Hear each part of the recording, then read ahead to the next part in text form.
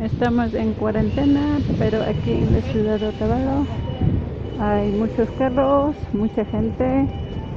El banco ya está atendiendo y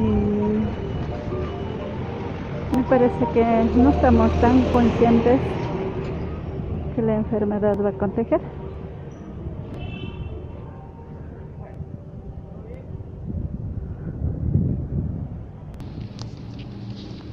No hay, bueno, aquí enfrente del municipio no hay, el municipio está cerrado. Por aquí en el parque hay algunas personas que pasean, que están caminando.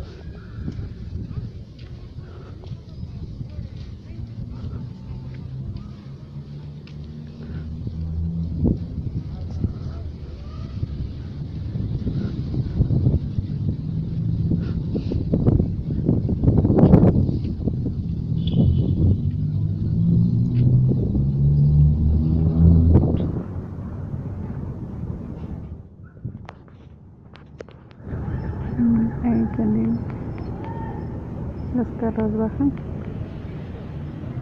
y las personas andan.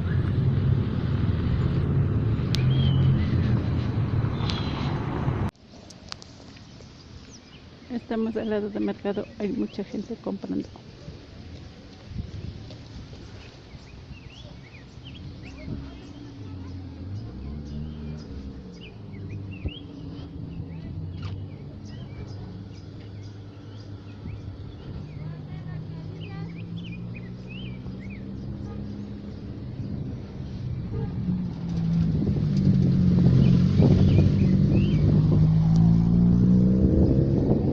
Hay mucha gente caminando.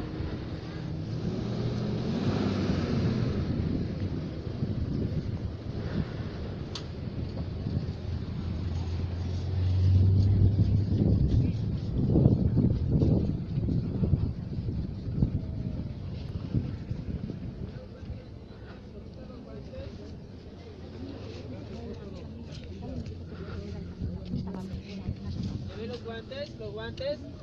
La mascarilla 50. Llevará los guantes. Lleve a 50 la mascarilla, 50. Los guantes, llevará los guantes.